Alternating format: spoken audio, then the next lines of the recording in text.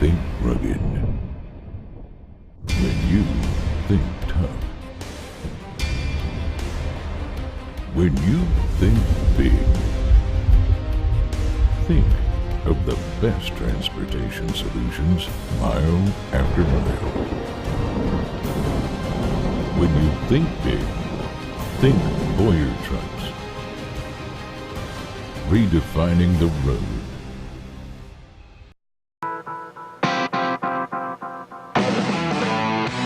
It's time for the Curtis Riggs Show. The head coach of the 9-time champion Sioux Falls Storm.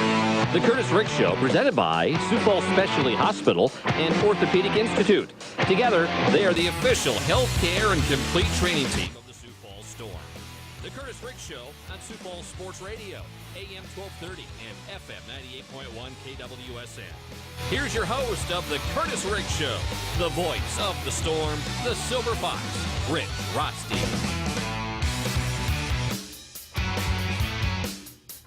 Good afternoon, and welcome to the Curtis Riggs Show. Hi, everybody. I'm Rich Rothstein, and we've got a really interesting show for you today. We're going to be talking to the head coach, Curtis Riggs, about the first-round playoff game that was down at Cedar Rapids. It was the United Conference playoff game. Cedar Rapids defeated Wichita Falls in that game, 66-36. We'll talk to the coach about that. Then also we'll talk about the intense conference matchup where Nebraska went up to Billings, upset the Wolves 64-52. Then in our third time slot with the coach, we'll be talking and focusing on the Storm United Conference Championship game. That's this Saturday at the Denny Sanford Premier Center at 7 o'clock. It's going to be against the Cedar Rapids Titans. Now, that's pretty much the normal part of our show that we talk with the coach about the games and the things that are coming up. But we also have two very special guests. And one is the IFL Director of Officiating, and his name is Tom Falcinelli. And he is a very interesting guy. He was in the NFL as an official. He's officiated all over in many different levels of football. And he has been the Director of Officials for the IFL for the past 4 years. And I talked to him last night and getting ready for the interview today. And really just a great guy to listen to and to talk to. And we'll be talking about some of the things as far as what the officials do, what he does, and how they're working to upgrade the quality of officials and give better training. And it's going to be a very interesting segment. Then to close out the show, we're going to be talking with Mike Allshouse. He is the commissioner of the IFL. We're going to be talking to him. I'm going to ask him some direct questions about expansion, about the league, about Tri-Cities folding. We'll be talking about those things in specifics. And Mike Allshouse always very open when it comes to questions. And basically no subject is off limits. So he just lets you go with wherever you want to go. And he's always very, very good to answer all of those types of things. But after those two interviews with Tom and also with Mike, we'll be having the Wingstop ticket giveaway. We're going to be giving away 4 free tickets after each one, and then also when we go off the air, so a total of 12 free tickets to the United Conference Championship game this coming Saturday. And if you can't make it to the game, you can listen to the game on our sister station, Kello News Talk, AM 1320 and FM 107.9. Adam Hicks, star kicker for the Sioux Falls Storm, is going to be on the broadcast with me. So all of that coming up. And coming up next, we're going to be talking to Jim Loria. He is the Director of Corporate Partnerships with the Sioux Falls Storm. We're going to be talking about some awards that the Sioux Falls Storm won from the league office and from the league itself, and great things coming up. And all of that is on the Curtis Riggs Show, brought to you each and every week by Sioux Falls Specialty Hospital and also the Orthopedic Institute. And you're listening to it right here on Sioux Falls Sports Radio, AM 1230 and FM 98.1. KWSN. Moms, dads, listen. You're not just disseminating facts. You're not just telling people what happened, but you're having to deal with the people it happened to. We want to capture the effect. Why is it so important? Why is this happening? Everything has an effect and everything has an impact. It's more than just providing headlines. It's the idea of this has happened and this is why you should care. It's the driver of how we do news, because we want people to know that we care. You're listening to The Curtis Riggs Show, presented by Sioux Falls Specialty Hospital and Orthopedic Institute on Sioux Falls Sports Radio, AM 1230 and FM 98.1 KWSN. Back to your host, Rich Rosti. And welcome back to the Curtis Riggs Show. And this segment brought to you by Boyer Trucks. They bring you the archived Storm Curtis Riggs shows right on the Storm website. Joining us via the fan line, he is the Director of Corporate Partnerships with the Sioux Falls Storm, Jim Loria. Jim, first of all, congratulations to the Sioux Falls Storm organization for winning 3 big league awards as they were given out for the Franchise of the Year, Best Fan Base, and also Community Relations Award. Congratulations. Well, we got to thank Todd on that. He's the maestro of the whole organization, and he really, as you know, Rich, he makes it flow, and he makes my job easy, and it makes you want to go to work every day. So kudos to him and you and Allison and Curtis and everybody, Tyler, everybody puts in the time and the efforts and the ideas, and but anyhow, it's been a lot of fun. I appreciate your compliments too. One thing about it, one thing that you have to be able to step forward to and take a bow for. During the last 2 years, the Sioux Falls Storm organization has contributed over $250,000 to the community, and that is something that never happened before Jim Loria came on staff. And I congratulate you and commend you for all of the work that you have done, leading all of these different campaigns to raise that kind of money to give back to the community. Well, thank you, Rich. It's when you and I first met a couple of years ago, I mentioned this to Todd as well. Being in the sports business, I'm a big believer. You gotta be a player in the community, meaning a teammate to the people. And it's, as you've seen, there's so many causes. We've got another one that we're working on for this game here Saturday, and a little girl who's 4 years old, and when you hear the stories, she's got an incurable brain cancer, and the little girl's fighting for her life, and she's got to go to the St. Jude's Hospital in Memphis, and things like that. And you think of what you do in your life normally, and you get up and you can breathe, you can walk, you can talk, and you can do all these things. It's like, don't take it for granted, And so that's my hit button. I just enjoy the community. I enjoy helping people, and the Storm, and again, I say this through Todd, is the one that helps make it work, because you need that person to back it financially, and so it's been a wonderful thing, and I know we get a lot of compliments from the people, and I know they're all appreciating the Storm as well, so it's been wonderful. One thing about it, coming up this Saturday, the Sioux Falls Storm are going to be taking on the Cedar Rapids Titans in the United Conference Championship game. They're having good ticket sales. There's still plenty of tickets left, however, and when you come out to the Denny Sanford Premier Center this coming weekend, there's going to be some really neat things up for bid on a silent auction. All of the proceeds will go to benefit Reese Whitney, a 4-year-old, like Jim had talked about, that has incurable brain cancer. But, I was looking through the list of things that you have. It is amazing what you've been able to come with, and I don't know how you get these things brought into the Sioux Falls Storm for this type of thing. But, you have the Manning family, Eli, Peyton, and Dad Archie autographed cards, trading cards. You have an autograph from Gordie Howe. Gordie Howe just had died just recently, and he was like Mr. Hockey. You get all of these types of things, so check it all out, folks, because when you come, there's going to be stuff there, Viking fans, even Brett Favre fans, all that type of thing. You're going to be having a lot of stuff there, aren't you, Jim? You are. It's the impressive one that really blew me away, Rich, is the Minnesota Vikings. There's a collectible. It's what they call a limited edition trading cards.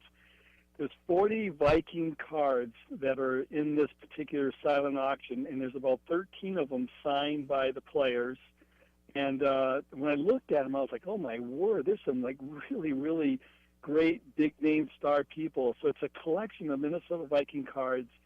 You could, if somebody buys it, you could probably eBay it. And the people should keep that in mind. Like there's a Ben Roethlisberger Pittsburgh Steelers jersey, which has been always hard to get. And we had some fans. It's been funny now lately. The fans are making recommendations on things, And I had one of our season ticket holders asking me about the Steelers. And so this person who I work with, he went out of his way. He got a hold of the Roethlisberger people.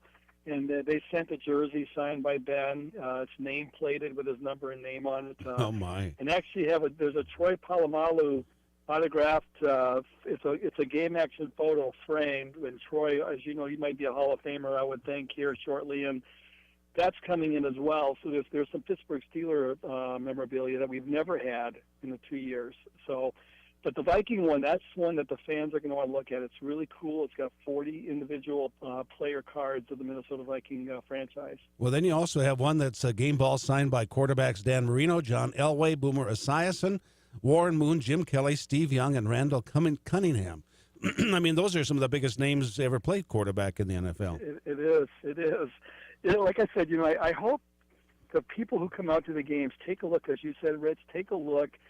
These items, seriously, somebody, if they were like an investor, you could buy it for a great deal. You could turn around and eBay it and probably turn it around to a 2 to 3 profit margin for someone. Yet you're going to help this little girl out, and she's in dire need. It's more the expenses, the medical side, and what the trauma it has on a family. The mom or dad have to leave work. They take turns. Mom goes and dad goes, back and forth. They're taking leave of absences from work and so forth. And so it's a real tough thing, So anybody that comes to the game, the silent auction is going to help Reese. We're also doing tickets, if I can plug this here. It's up to Friday at 5. If somebody wants to call me, every ticket that we're selling through the Storm office up until Friday at 5, it's a $10 ticket, lower level West End zone. You're saving $5 on the box office price, but you're also going to see the Storm donate 50% of your purchase if you buy it through the Storm office by Friday at 5. Wow. Well, we want to have a great crowd out there for the United Conference Championship game. Winner of the ball game plays in the United Bowl the following weekend, and that will be either against Spokane or against Nebraska Danger. So, Jim, thank you for all that you're doing and all that you've done, and let's really support the new benefit for Reese Whitney this coming Saturday. Thank you, Rich. I appreciate it. Jim Loria, Director of Corporate Partnerships with the Sioux Falls Storm. When we come back, we'll be talking with the head coach, Curtis Riggs, and you're listening to this segment brought to you by Boyer Trucks right here on Sioux Falls Sports Radio, AM 1230 and FM 98.1 KWSN.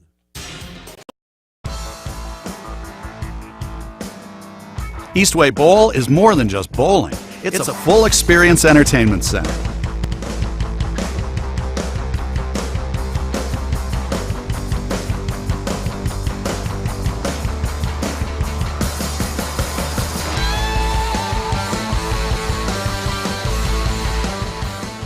Like us on Facebook and visit our website to learn more about the full experience at Eastway Bowl. What's the smart way to refresh your home? Get inspired by Granite Transformations. See how easy it is to transform your kitchen or bathroom with gorgeous quartz and granite backed by our lifetime warranty. Plus custom cabinet refacing, all without the mess of a traditional renovation. Explore the exciting possibilities at the New Look, New Style celebration happening now at Granite Transformations. Schedule your free in-home design consultation today.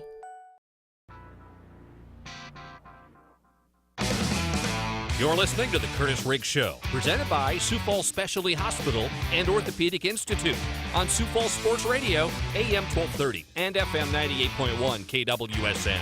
Back to your host, Rich Rosti.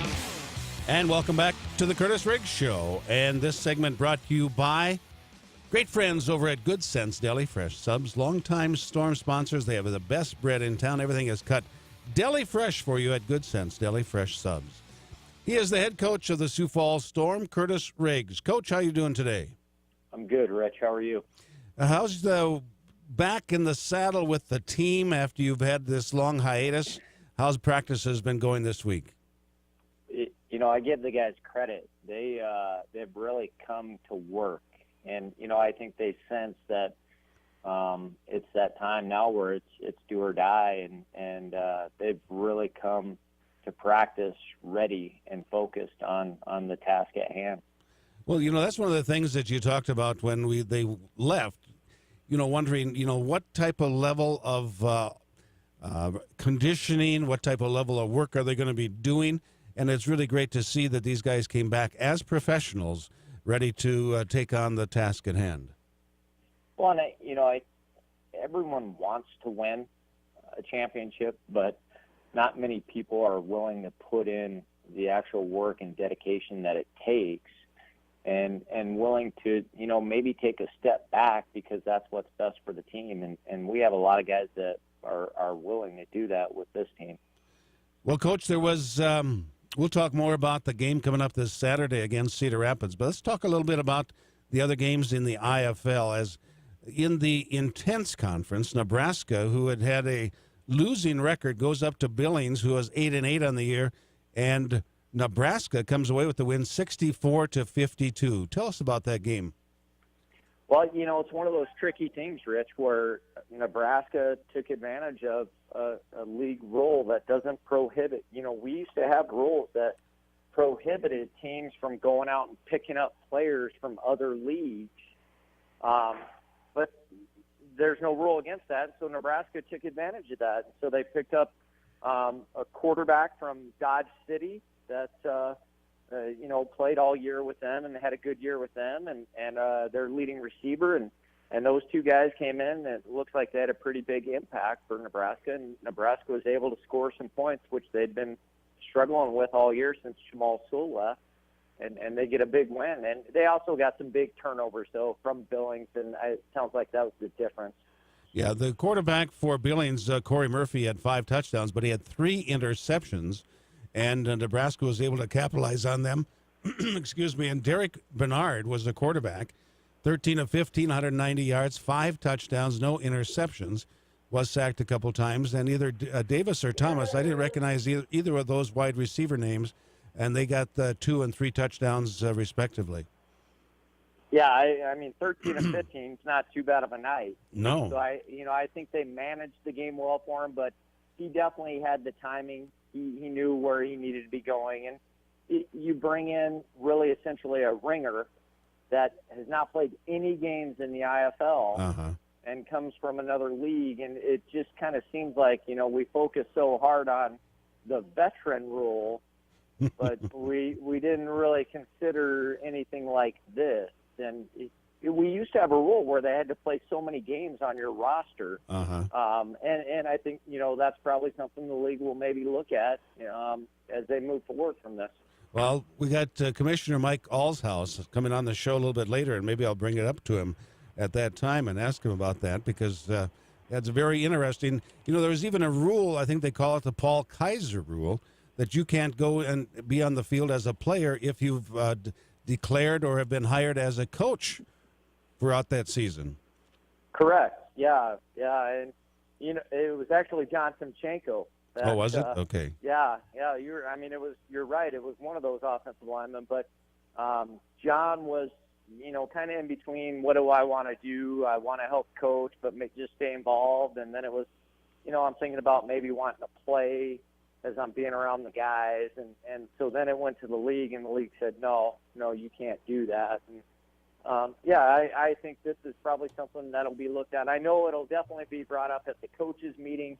And they'll discuss this, ringer rule, as I've kind of heard it tagged. Well, it's interesting, because there's definite rules about when you can sign somebody. You have to have your roster frozen by the end of the regular season, and you can't do any other trading between teams at certain times. So I'm really surprised there wasn't, but evidently there will be a codicil added to the league rules relative to bringing in outside talent late in the season. Well, one of the things that that goes against kind of what is our season goes so much longer than most of the other, not the Arena League, but the other indoor football leagues. So you can sit back and watch those other leagues play out, and then, pick up some guys. And, last year, we did the same. We picked up guys as backups. So we picked up Anthony Thomas and Ron Franklin as backups just in case we needed guys. And so it's not to say the Storm, like Nebraska, did anything wrong. They didn't do anything wrong. But I think it's something that the league will probably look at, because they want guys that have been playing in the league, that have been a part of the team, or, at least have been there for a little while.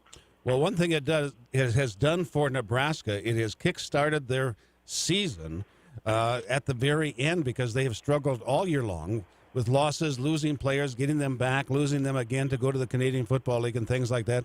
They go up and they defeat a team that had a better record in Billings. And then also now they're going to be taking on Spokane for the Intense Conference Championship matchup.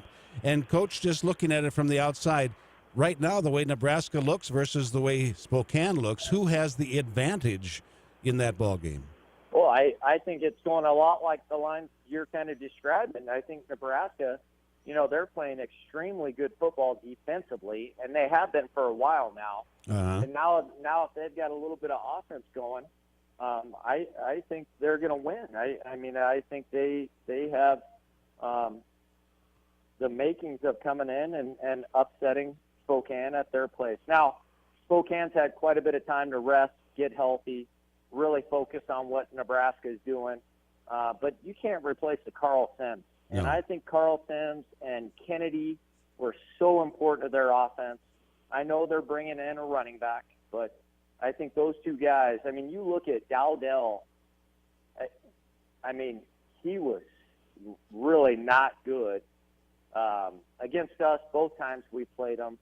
But when Carl Sims was out, I watched them play, and he really struggled. And it just shows you what a guy that can really stretch the defense, how that really helps. And then a guy like Kennedy, how he can take a lot of pressure off a quarterback. And Kennedy led the league with just as few games as he has. I believe he's still the leading rusher of the IFL, and he was hurt 3/4 of the way through the season. Well, Coach, when we come back, we're going to be talking about the other game that took place this past weekend, Wichita Falls at Cedar Rapids. We'll talk about that next. And just to let you folks know, as far as that Spokane-Nebraska game, that's going to be on Sunday, 6 o'clock Central Time, if you wanted to catch it on the IFL Live Network. So, Coach, hang tight. We'll be back with you in just a moment. You're listening to this segment brought to you by Good Sense Deli Fresh Subs. Best bread in town right here on Sioux Falls Sports Radio. AM 1230 and FM 98.1 KWSN. Mom. Your body, a remarkable network of bone, tissue, and joints working in perfect harmony. But when injuries occur, that process can be interrupted. At Orthopedic Institute, orthopedic medicine is all we do. We work to get you up and moving again, recreating that perfect harmony, whatever that may be for you. Orthopedic Institute, we're the one to trust to keep your body in motion.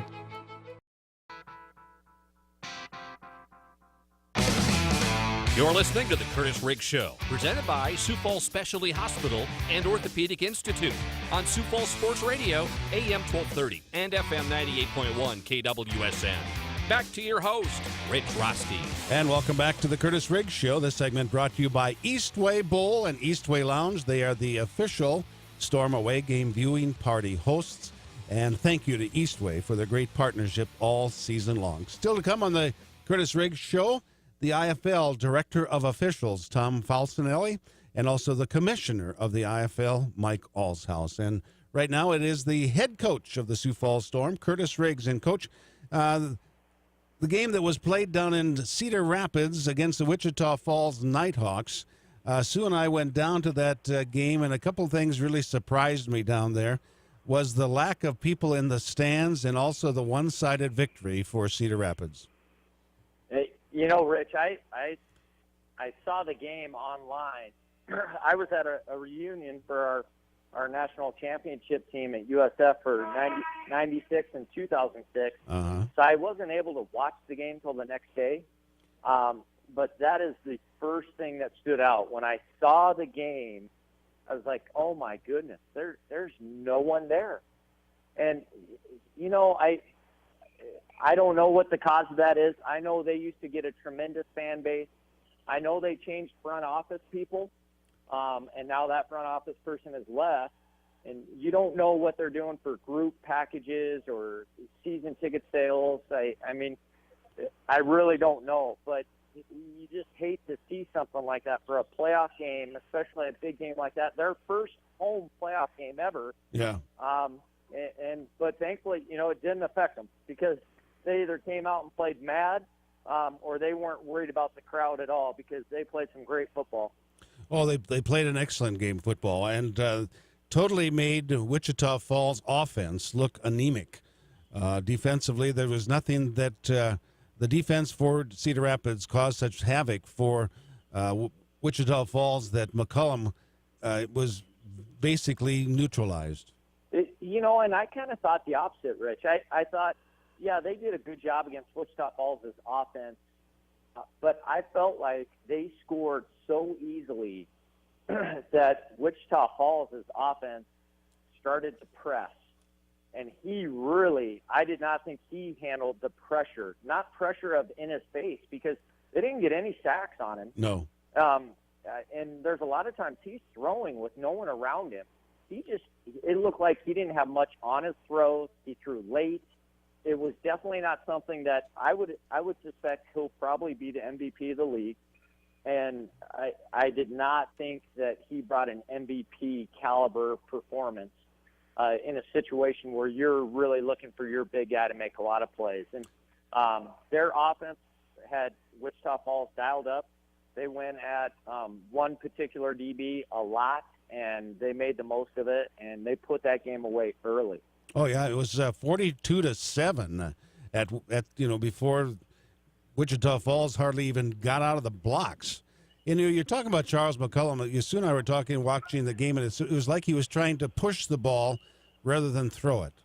Yeah, it didn't seem like, because there were times he had an open receiver and he threw way late and it didn't have much on it. It got picked off. There was one, he had a guy going deep that was wide open and he underthrew him by about 8 yards and it got picked off. It really didn't seem like he had much, and maybe some of that's lingering from the injury he had, but it seemed like he was playing pretty good football coming in. It seemed like he felt okay when he was throwing 11 touchdowns against Green Bay. But now you're going against the toughest defense in the league, and it seems like he was pretty late on those throws. Talking to Coach Curtis Riggs on the Curtis Riggs Show, one thing I noticed about Cedar Rapids, they didn't have any sacks, but they dropped Jeremiah Price back into coverage quite often. Well, I think they were trying to mix up their looks quite a bit. He's just such a dynamic athlete. I mean, he's who I voted for Defensive Player of the Year. I mean, I feel like he is such a difference maker. I thought him or Tyler Knight, and really it's no one else. Maybe Xavier Jackson, but I still think there's a huge difference between what Jeremiah offers. Just his athleticism is so good. And you really always have to account where he's at. Like you said, dropping him back, that's something he can do because he can chase anyone down on the field. Yeah, and then not only that, just put him in, and he's the long snapper too. Oh yeah, he can do it. He can do it all. I mean, I'm sure they could use him offensively if they wanted to. Also, now the defensive back end, Antonio Tharp was hurt in the game. Any report on him that you've heard? I don't know. I have no idea. We look at their schemes, their systems. We don't really. Jeremiah and Xavier are about the only two personnel guys that we look at, and everything else we kind of look at what they do schematically. Okay. Well, Coach, it was an interesting game. Cedar Rapids victorious, 66-36. Like I said, it was over pretty much at the get-go. One thing that was exciting about it, Sue and I got on Kiss Cam, and evidently I was a little bit more passionate than most, and the PA announcer said, "Careful, don't spill the beer."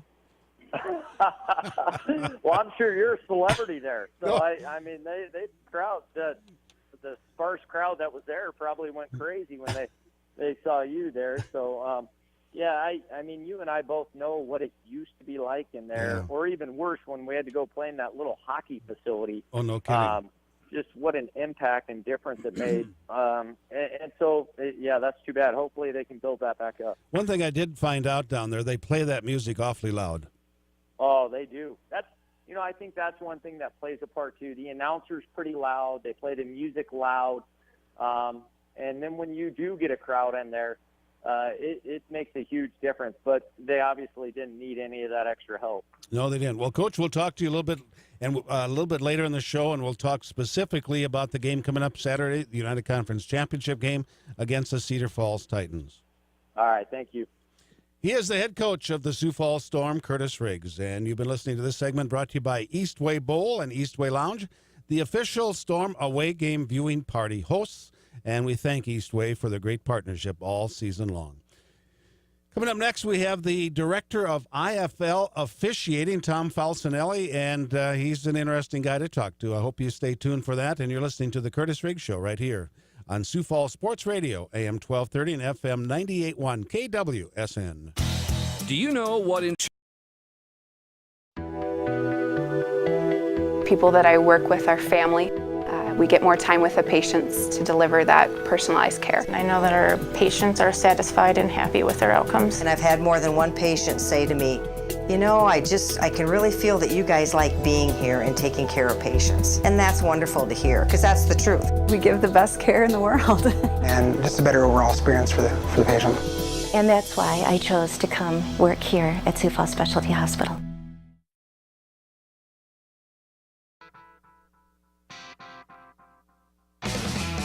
You're listening to The Curtis Riggs Show, presented by Sioux Falls Specialty Hospital and Orthopedic Institute on Sioux Falls Sports Radio, AM 1230 and FM 98.1 KWSN. Back to your host, Rich Rosti. And welcome back to the Curtis Riggs Show. And this segment brought to you by Wingstop of Sioux Falls. It's more than a meal, it's a flavor experience. And after our interview with Tom Falcinelli, we'll be taking your third call at 336-1230, 336-1230 for 4 free tickets to the United Conference Championship game coming up on Saturday as the Storm takes on the Cedar Rapids Titans. And now via the fan line, a guy I've been waiting to get back on the show after getting to know him a little bit last year, the director of officiating for the IFL, Tom Falcinelli. Tom, thanks for coming back on the Curtis Riggs Show. My pleasure.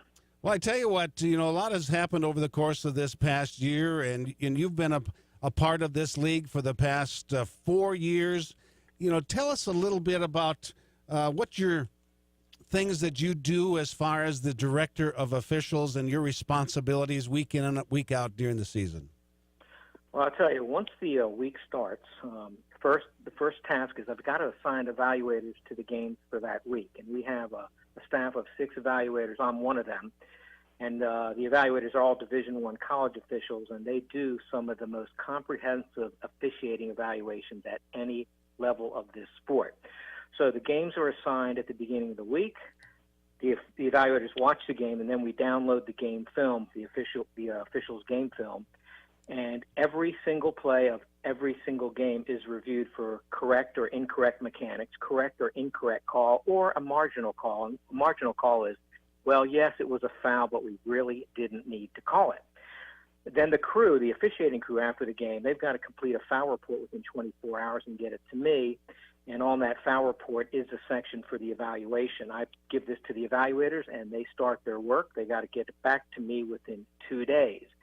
And during this 2-day period, there is a lot of back and forth among all the evaluators and myself, reviewing plays that are close and getting different opinions and getting different looks at it. And the final evaluation is provided to me. I'll edit it, review it.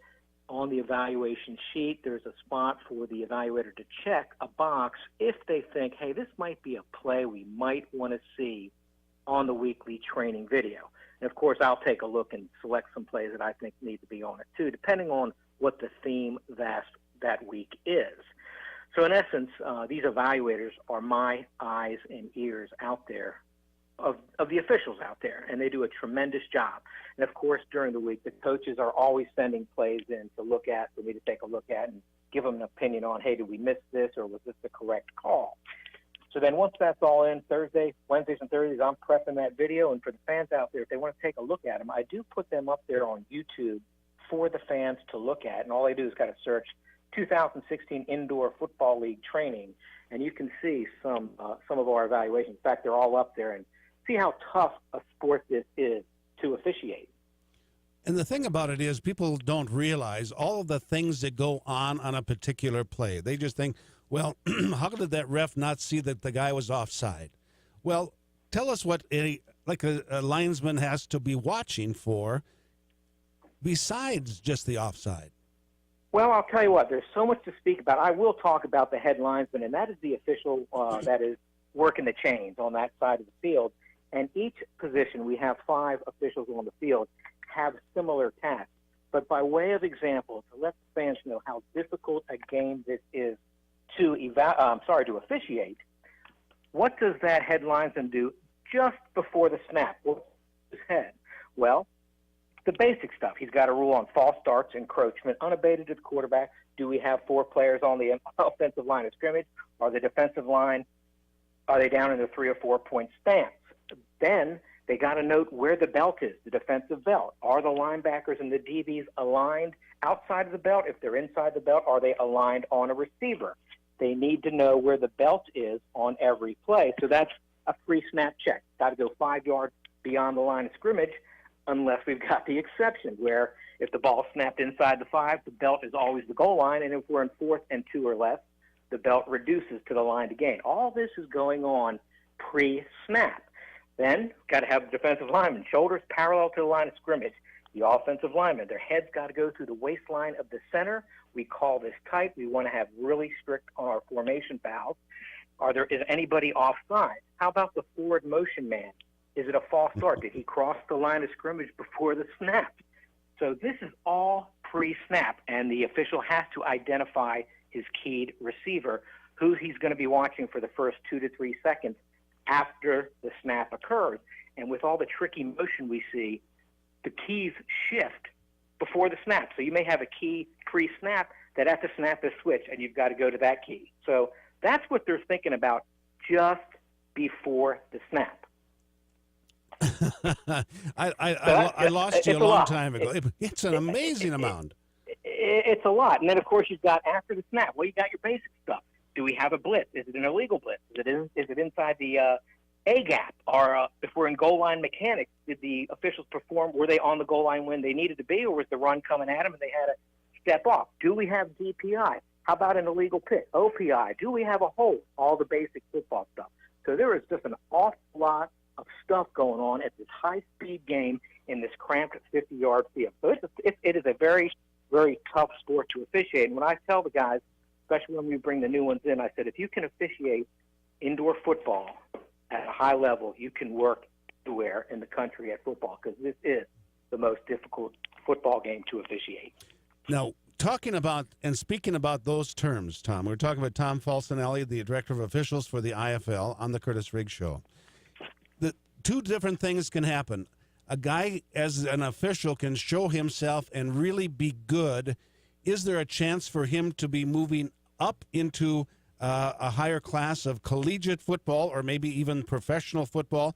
And the same token, if a guy is not proving himself to be worthy on the field on the indoor football, does he have a chance of being dismissed?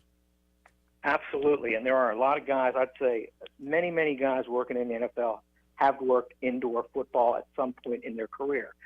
Our staff is comprised of mostly college officials, D3, D2, and D1, and of course everyone is trying to advance. End of the season, I will write letters of recommendation into the major conferences. We've gotten a lot of our guys moved up into the major conferences. So the guys that are doing a good job, they want to be out here, they want the reps, they want the video of themselves working, and most importantly, they want those very, very tough evaluations that our evaluators provide. That's going to make them better. I mean, they are very, very critical evaluations. We don't sugarcoat anything. If they make a mistake, we hammer it.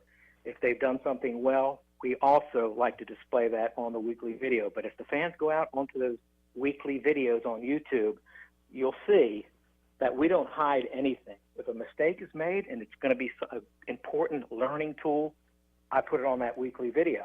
And, of course, the guys are striving. They joke, I don't want to make the training video on something like that. Absolutely. So if the fans wanted to see it on YouTube, how would they look it up?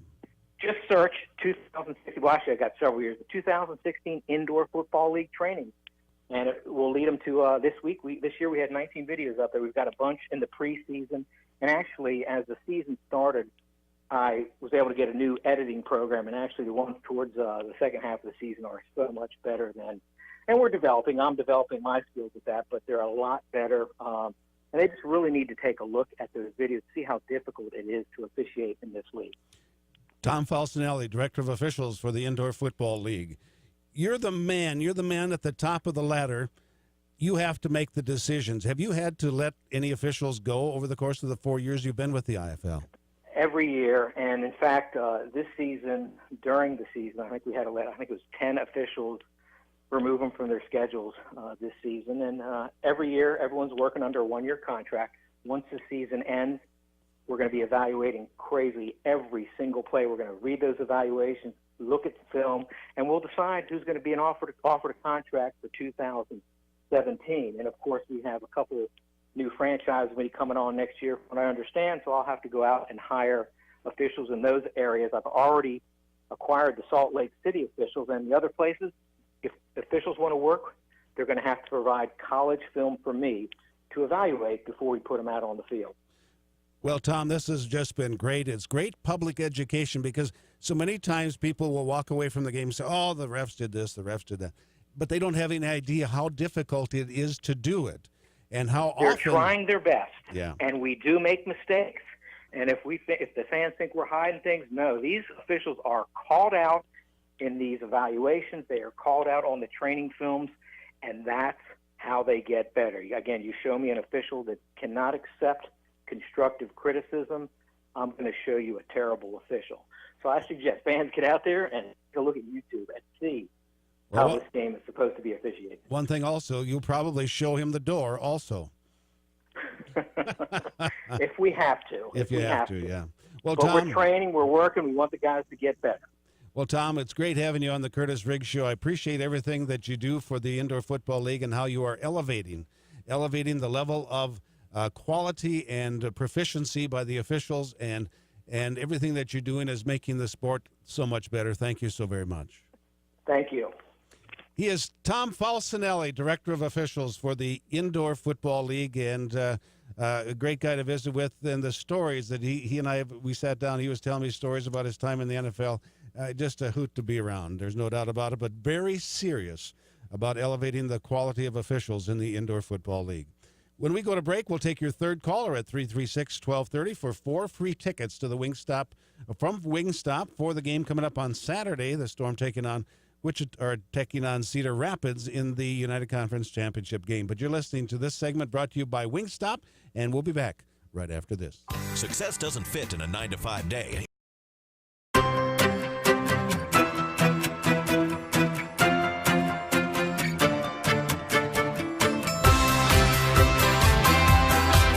Breathe easier when you have your ducts cleaned by Waterbury.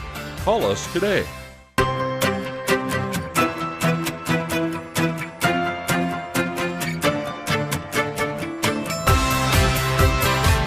Save on your energy bill with a new furnace from Waterbury. Call for your free estimates. You're listening to The Curtis Riggs Show, presented by Sioux Falls Specialty Hospital and Orthopedic Institute on Sioux Falls Sports Radio, AM 1230 and FM 98.1 KWSN. Back to your host, Rich Rosti. And welcome back to The Curtis Riggs Show. And this segment brought to you by Good Sense Deli Fresh Subs, the freshest bread in town. Deli Fresh stuff all the way across the board. Just check it out at Good Sense Deli Fresh Subs. He is the head coach of the Sioux Falls Storm, Curtis Riggs. And, Coach, it doesn't get old, but people don't realize how hard it is to get here to play for the conference championship game, and you're going to be doing it against Cedar Rapids Saturday night. Yeah, you're exactly right. And I think this year more than any other, Rich, these guys really worked to put themselves in this position. Now, a lot of the uphill battles they had to overcome were self-inflicted, but they they still overcame them, and they found a way. And, I hope people don't think just because we're playing in the conference championship game again that it's going to be an easy one and we'll be in the title game, because this is far from that. Cedar Rapids is an extremely good defense, probably one of the best defenses that's come around for quite some time. And, their offense, now with Elmore back in the scheme, is very good. And Favre, if he gets hot, he is scary hot. So we've got to try to contain him. When you look at this ball game coming up, I had 2 questions in mind. I think you already answered the first one. What concerns you most about Cedar Rapids? You talked about Elmore coming back. You talk about Favre and how he's matured into his role as the quarterback. But the other side of that question is, what most concerns you about your team? Well, and I think it goes hand in hand. I think, with their defense, it's easy to get frustrated because you're not going to be able to do the things that you're accustomed to doing. They're going to take those things away. And so, we have to be willing to earn everything that we get. It can't just be, we can rely on this and go to that. And, every play, you got to know exactly what you're doing, and it's going to be a little different than what you're accustomed to. And so, we can't press, and when we press, we turn the ball over. And so Lorenzo and all the guys, they have to make sure, and it's the same defensively. They're going to hit you at times with something, and they're going to do it, but don't let them do it consistently. And that's what we need to go in thinking about, and that's what scares you as a coach is, are the guys willing to accept that? Well, that covered the next question. Did you see my notes before we started this show today? Because my question... go ahead. Craig Maddox sent me the script. No, I'm just kidding. Because I was going to ask, in a championship game, which is more productive, patience or aggressive play? And you've really answered that question, that patience is probably more of a virtue in a game than it is, being overly aggressive. I think it always goes to say that you do need to be patient because the first quarter and most likely the second quarter usually are not going to dictate a game, except for what happened in Cedar Rapids. But there's so many ups and downs. You can't just fold it up because of one or two series. You've got to be willing to stay true to what you've schematically come up with. And if they take something away, you've got to be willing to adjust, but also adjust within the things that are going to get you where you want to be. And, people are going to make plays. We're going to make plays against them. They're going to make some against us. It's just, who can prevent too many holes in the ship, I guess you could say. Now, this is the fourth time these teams have played each other this season. The Storm has won 2 of them, and Cedar Rapids won a game down in Cedar Rapids. Which works better when you've played a team so many different times? New schemes or better execution of existing schemes?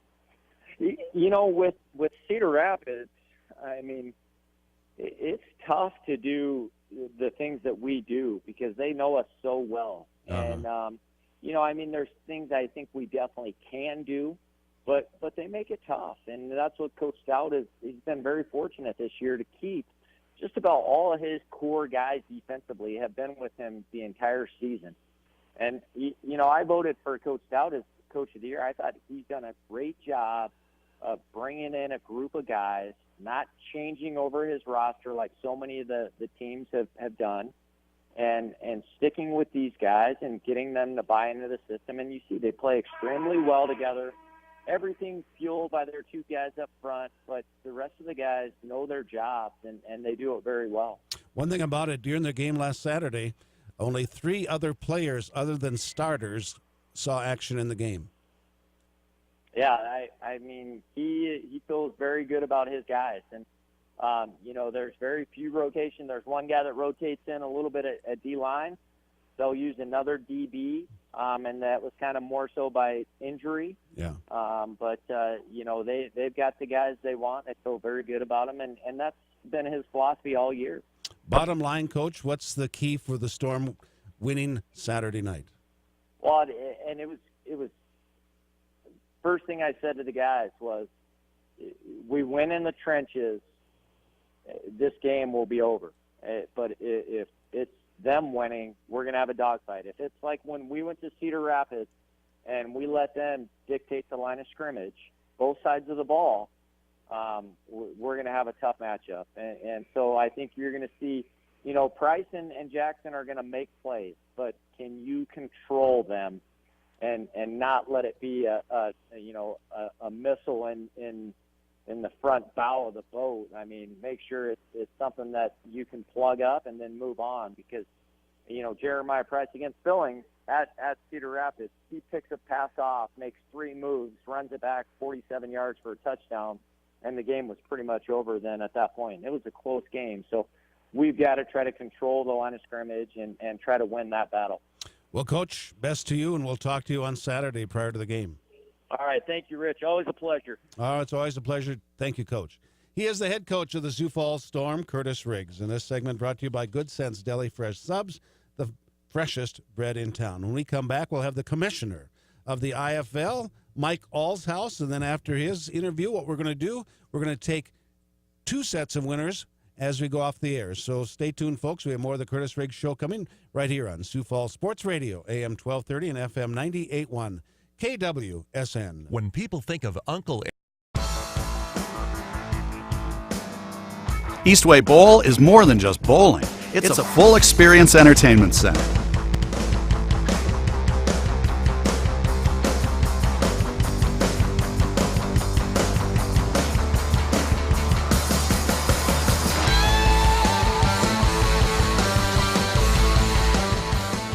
Like us on Facebook and visit our website to learn more about the full experience at Eastway Bowl.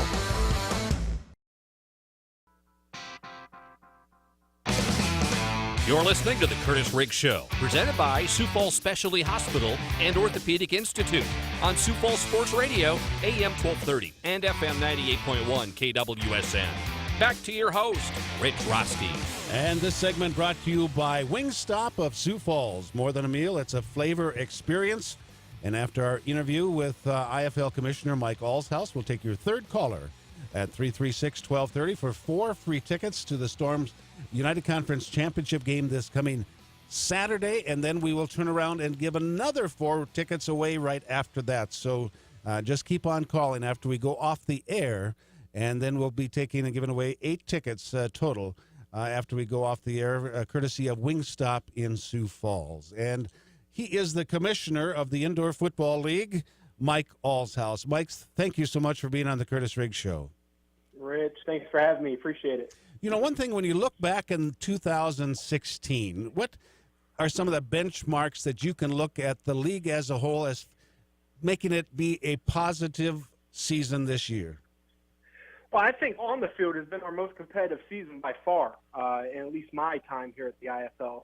You know, we're entering this is our 8th season, going into our 8th championship run here in the playoffs and 8th United Bowl championship as the Indoor Football League. And I think each and every weekend, week in and week out, the games were very competitive. I think we had the best stable of coaches in the IFL that we've ever had, and that has translated to the best talent that we've ever had in our league on the field as well.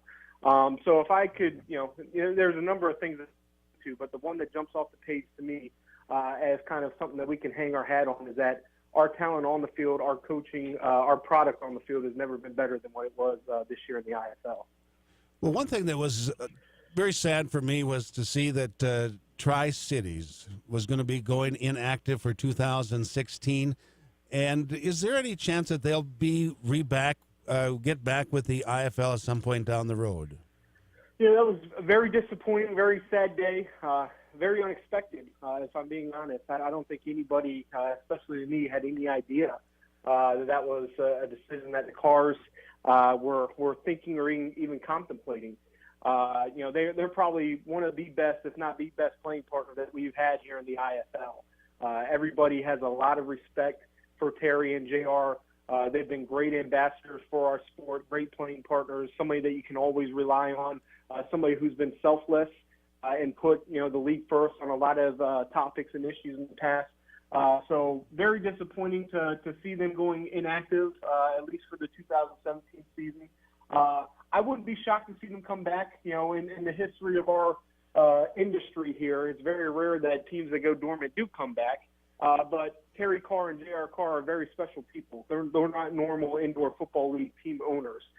So I wouldn't put it beyond them if we see the Tri-Cities Fever, in an upcoming season somewhere down the line. Well, when you talk about them, they are first class. There's no doubt about it. Everything that they have done. And I'll never forget when the Sioux Falls Storm could not get out there because of travel limitations through Denver, that they were very gracious and said, hey, we'll get in touch with everybody. We'll just play this game tomorrow. I have no idea what that cost them, but they were willing to do it and just step forward for the betterment of the entire league. That's right. I remember it vividly. I believe it was in May of last year, and somehow there was a blizzard in Denver in May. News to me that we could have that much snow to shut down an airport that late into the spring there. But yes, that's just one of many examples of great things and just great selflessness is the word I'll come back to, that they're willing to do, put the league in front of their own team at many times, and willing to work with their playing partners to make it right. So again, one of many examples of that. You know, one thing about it, there's been quite a bit of talk about the new franchise going into Salt Lake City. The Screaming Eagles is going to have a lot of fan involvement. There's going to be entirely a whole different type of fan experience as far as this franchise is concerned. How is that working out there? And we're talking to the IFL Commissioner, Mike Allshouse. Well, each time I talk to Sohrab Faroudi, who's the main owner of the team out there, each time I talk to him, the more excited I am about the concept and the process that they're making out in the Salt Lake community. They have an extraordinary number of reserved for season tickets already, more so than any expansion team that I can think of in recent history after only announcing the team a month or two ago. They have a great business plan and strategy to increase fan interaction, fan engagement, to really give the fans a voice when it comes to operating the team on a daily basis. And again, I'm excited to see how this is going to work out. And really, it's kind of tapping into a new trend that we see now in the way that our fans are consuming our product. It's ever changing. When you think about fantasy football, esports, etc., that seems to be the way things are trending nowadays, and they are tapping into that market, no questions asked. I'm really just excited to see how it all pans out, and I think they're off to a great start out there. Now, without being specific about teams or where they are, how many expansion teams will the IFL have next year? You know, this time of year is definitely, we're knee deep into our expansion process. We've already announced Salt Lake City. We'll be announcing another expansion team around the United Bowl weekend date. It may be a few days before, maybe a week after. Still dotting the I's and crossing the T's to make sure that we got everything set to go to announce that team. And I wouldn't be surprised if there maybe was one more that we could get to before our September 1st deadline for expansion. But absolutely, we'll be announcing another one, so we'll have at least 2 expansion teams for the 2017 season. Again, the other of which will be announced here in the next couple weeks. How about Colorado, the sale of the Crush? You know, we're progressing nicely with the potential sale of the Crush. We have a gentleman. Forgive me if I don't divulge all of the details here. Sure. But we do have a potential owner that we've been in contact with since March, I believe, March or April. It's a long process. The expansion process is very long, but it's even more complicated when you're talking about the sale of an existing team. So it's a long and strenuous process, but I feel pretty good about the new potential owner that we have here. And again, hopefully that'll be another exciting announcement especially for our IFL fans in the northern Colorado area here in the near future. And our final it's not a done deal yet, but we're looking forward to some good news. Well, that's all very positive and just great, Mike. Really appreciate those things. From you as a commissioner, what one thing do you want to see improved in the IFL next year, or something that you have a pet project that you want to see implemented within this organization? Over the past 3 years, I think we've made great strides across the league in putting butts in the seats and really increasing our box office numbers. We've set records each year the last 3 years, individual game records and season-long average per team attendance. We set a record each of the last 3 years in our league. We took a little bit of a step back this year, if I'm being honest. So I'd like to see us refocus a little bit, really bear down and roll up our sleeves and get dirty, get out in the community and really spread the word about this great product of indoor football that we have in each and every one of our communities across the U.S. So that's one of the goals or objectives that I have as a league commissioner during the offseason is what can we do to continue to improve in that department when it comes to each and every one of our teams in their markets. That's one of the things that Coach Riggs and I talked about a little bit earlier in the program was the lack of numbers down in Cedar Rapids last Saturday. Mm-hmm. Yeah, you were graciously at that game. It was great to see you out there in Cedar Rapids supporting the teams there. John Pettit from the Iowa Barnstormers came over as well. It's just a testament to this great IFL family that we have, that even the teams that aren't participating in the playoff games can't stay away from it. They want to drive over and show their support, which is great to see. But you're right. The numbers were a little down for both first-round playoff games, which is something that we certainly need to address here going forward during the offseason. Well, one thing about it, Sioux and I went all the way down there and were fortunate enough to get on Kiss Cam. I saw that. I tried to snap a picture of it real quick and send it to you, but it shut off too quick. But I was laughing when I saw that on the big screen. That was great. And the PA announcer said, "Don't spill the beer." Evidently, I was a little bit too amorous at the time. There you go. Well, Mike, I really appreciate you being on the Curtis Riggs Show. It's always great talking to a commissioner where the question board is pretty much wide open, and you go ahead and answer it the best you can in every aspect without divulging anything, but giving fans everything that they possibly can hear. And thank you so very much, Mike. I appreciate you having me on, Rick. Tell Coach Riggs, tell Todd I said hello, and obviously good luck to the Storm and all of our teams this weekend. It should be a great weekend of football here in the ISL. 4 best teams going at it. Conference championship games. This is the exciting time of the year, so I'm expecting a couple good games this weekend, and then topping it all off at the United Bowl Championship next weekend. So it should be a great couple weeks here for the IFL. Fantastic, Mike. Thank you so much again for being on the show. Thank you, Rich. He is the commissioner of the Indoor Football League, Mike Allshouse. And after we go off the air, we'll have another Storm ticket giveaway for the championship game coming up this Saturday, sponsored by Wingstop of Sioux Falls. More than a meal, it's a flavor experience. In fact, we'll take 2 winners when we go off the air. The next game, again, is on Saturday. The Storm's going to be taking on the Cedar Rapids Titans. You can hear the game on our sister station, Kella News Talk, AM 1320 and FM 107.9. Starting pregame shows 6:45. Adam Hicks and I will have the call for you. And this has been the Curtis Riggs Show. And I want to thank Jim Loria, Tom Falcinelli, Mike Allshouse, along with the head coach, Curtis Riggs, for making such a great show this afternoon. And coming up next, we have Canaries Baseball. J.J. Hardigan will have the call for you. Now, the Curtis Riggs Show is proudly presented each week by Sioux Falls Specialty Hospital and also the Orthopedic Institute. Thank you to John Michaels, our studio producer and engineer, and also all of you, our listening audience, for making us a part of your day. And you're listening to the Curtis Riggs Show right here on Sioux Falls Sports Radio, AM 1230 and FM 98.1 KWSN. Good night, everybody. When you think rugged, when you think tough, when you think big, think of the best transportation solutions, mile after mile. When you think big, think Boyer Trucks. Redefining the road.